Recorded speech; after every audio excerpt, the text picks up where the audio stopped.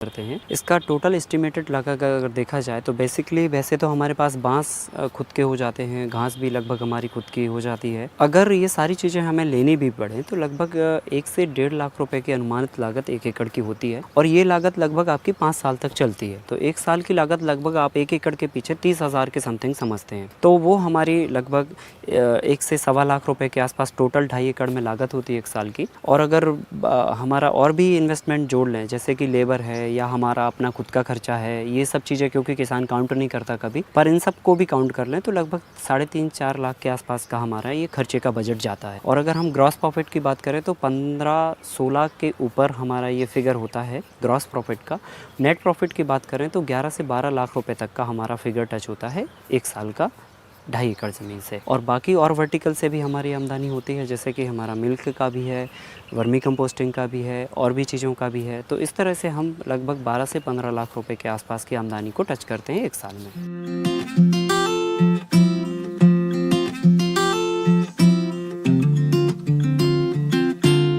फरवरी में हमने ज़मीन के अंदर अदरक डाल रखा है और उसके सरफेस पर हमने ये पत्तीनुमा सब्ज़ी बो रखी है। इसको हम चौलाई की भाजी बोलते हैं। आप इस जगह पे मेथी, पालक, धनिया या जो भी पत्ती वाली सब्ज़ी है वो हम बो देते हैं। तो इससे हमें 3 बड़े फ़ायदे होते हैं। पहला बड़ा फ़ायदा ये होता है कि ये ज़मीन को पूरी तरह से ढक लेती है 10 से 15 दिन के अंदर, मैक्सिमम 20 दिन के अंदर। तो कोई भी खरपतवार जो होता है, घास जो होती है वो उग नहीं आ पाती। तो घास नहीं उगती है तो हमारी घास निकालने का खर्चा बच जाता है। दूसरी बात, खरपतवार आने से जो हमारी फसलों में कीड़े लगते हैं वो हमारे कीड़े बच जाते हैं। तीसरी बात क्या है कि हम इस सब्ज़ी को जो है ना जड़ समेत निकालते हैं।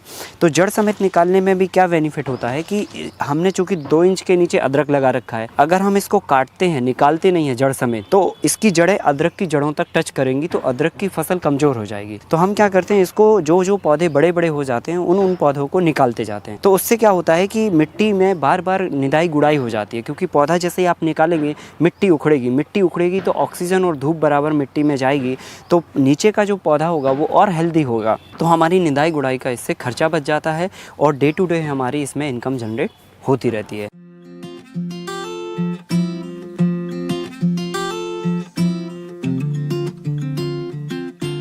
इसको ओपन में नहीं किया जा सकता। आप खुले खेत में करेंगे तो इसकी क्वालिटी नहीं आएगी और इतनी अच्छी पैदावार भी नहीं होगी। तो हम इस पे क्या करते हैं, बेम्बू लगाते हैं, बांस लगाते हैं और बांस के साथ में ये घास का स्ट्रक्चर बना देते हैं। तो बेसिकली इससे क्या होता है, आधी धूप आधी छांव आती है, जो कि पौधों के लिए बेहद आवश्यक होती है। पौधे को जितनी धूप चाहिए उतनी धूप मिल जाती है, जितनी छाया चाहिए उतनी छाया मिल जाती है। तो ये गर्मी में भी फसल बहुत अच्छी हो जाती है। और इस शेड का हम भरपूर उपयोग करते हैं। तो ये आप देख रहे होंगे कि बेम्बू के सहारे हमने ये बेला लगा रखी है। तो ये बेल के रूप में हम कुंदरू है, पड़ोरा है, परवल है, जिनकी पत्तियों की साइज छोटी होती है, वो वाली सब्जी यहाँ पर हम लगा देते हैं। तो तीसरी फसल के रूप में हमारी मंडप पर ये वाली फसल हो जाती है। फिर इसी जगह पर हम 12x18 में पपीते का फसल लगाते हैं। तो जैसा कि आप देख पा रहे होंगे यहाँ पर पपीता लगा हुआ है। तो ये पपीते की फसल इस मंडप के ऊपर जुलाई के बाद निकल जाती है और ये कंटिन्यू सितंबर के बाद नवंबर तक फलती रहती है और दिसंबर से हमारी इसकी हार्वेस्टिंग चालू हो जाती है।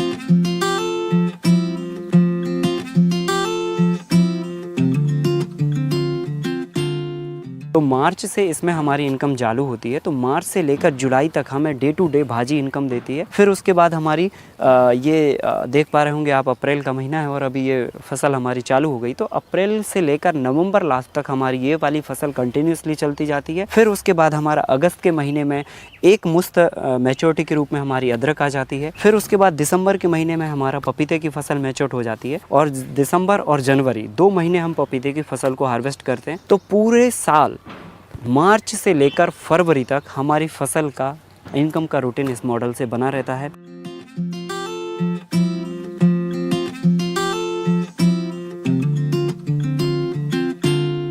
कितनी भी गर्मी पड़ जाती है तो लपट से हमारी फसल कभी झुलसती नहीं है, कितनी भी ठंड पड़ जाती है तो हमारी फसल पे पाला लगता नहीं है, और अगर ओले भी पड़ जाते हैं तो हमारी फसल इसमें डैमेज नहीं होती, क्योंकि पहले ओला इस घास पर गिरता है फिर आराम से जाके नीचे गिरता है, तो ओले से भी हमारी फसल को कोई क्षति नहीं होती है। तो कुल मिला के क्लाइमेट चेंज का भी कोई इस पर प्रभाव नहीं पड़ता है।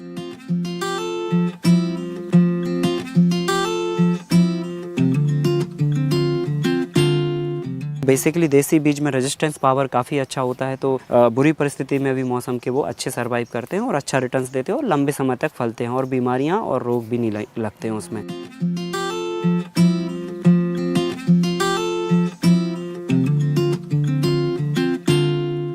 जब आप 4-5 फसलें लगाते हैं तो 4-5 फसलों की छाया इतनी होती है कि जनरली जो है ना वाष्पीकरण की प्रोसेस ऑटोमेटिकली रुक जाती है, और कम पानी में भी आपका काम हो जाता है। जैसे कि आप 10 या 20% पानी का उपयोग करते हैं तो 10 या 20% पानी 4-5 फसलों के लिए हो रहा है, तो कुल मिला के आपको 2 से 3% पानी की ही ज़रूरत पड़ रही है, क्योंकि आप उतने ही पानी में तो एक फसल भी उगा रहे थे, अभी हम उतने ही पानी में 5 फसलें उगा रहे हैं, तो इसलिए हमें प्रति फसल पानी की बेहद कम आवश्यकता होती है।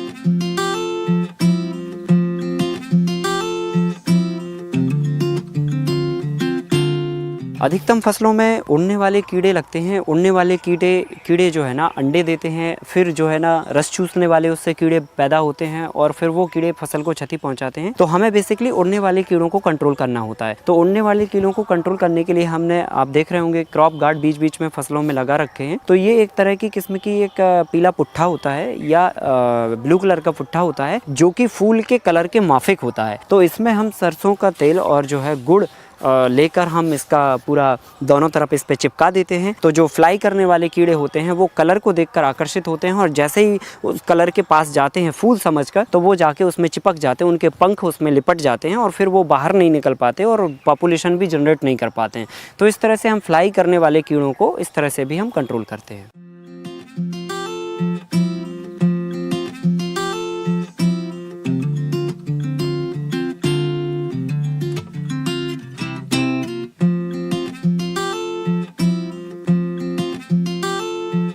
लगभग 40 टन के आसपास एवरेज हम खाद यहाँ से बनाते हैं, और लगभग 4 से 5 टन का उपयोग हमारे खेत में होता है। बाकी का जो 35 टन के आसपास खाद है वो हम यहाँ से सेल करते हैं। तो लगभग जो नॉर्मल इसकी कीमत है वो 500 रुपये कुंटल है, 5000 रुपये प्रति टन। और अगर आप 35 टन खाद बेचते हैं तो लगभग 1.5 से पौने 2 लाख रुपए की आमदनी इससे जनरेट होती है, खाली इतनी जगह से खाद बनाने से।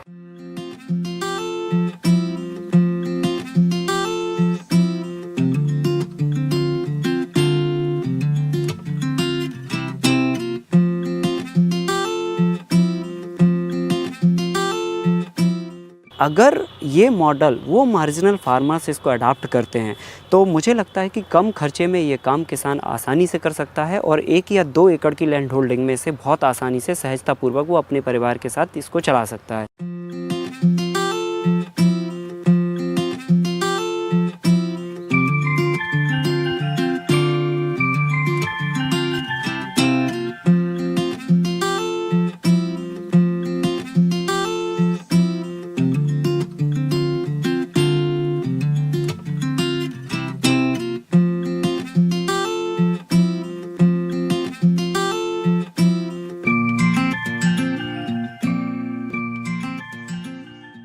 किसी व्यक्ति का सपना होता है कि डॉक्टर बनना है, अच्छा पैसा कमाना है, अच्छा नाम कमाना है, लेकिन मेरा डॉक्टर बनने के पीछे का सपना ये था कि लोगों की सेहत अच्छी करनी है। तो मैंने देखा कि मैं डॉक्टर बन के शायद लोगों की सेहत अच्छी शायद ना कर पाऊँ, क्योंकि आज की तारीख में जैसा खान पान हो रहा है लोगों का, उस खान पान के दौर में चीज़ें और बिगड़ती चली जा रही हैं, लोगों का सेहत दिन प्रतिदिन बिगड़ता चला जा रहा है। तो डॉक्टर सेहत तो नहीं सुधार पाएंगे, आपको जो तकलीफ़ होएगी उसको सुधार पाएंगे, तो क्यों ना हम सेहत को सुधारें, सेहत को बिगड़ने ना दें। उस बात पर हमारा ध्यान गया, तो दिमाग में विचार आया कि क्यों ना खान पान को सुधारा जाए और ऑर्गेनिक खेती की जाए। तो जून 2011 में ये विचार आया और तभी से मैंने खेती का काम चालू किया।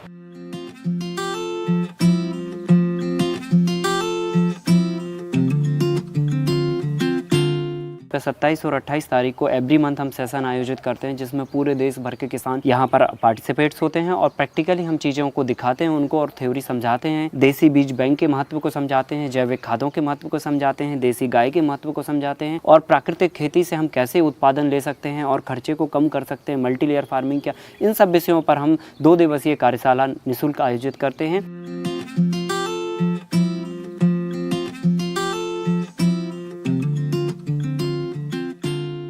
करीब करीब 12 से 15 मॉडल हमने बनाए हुए हैं, एक साथ कौन कौन सी फसलें हो सकती है, तो ऐसे 15-16 मॉडल पर हमारा एक्सपेरिमेंट है।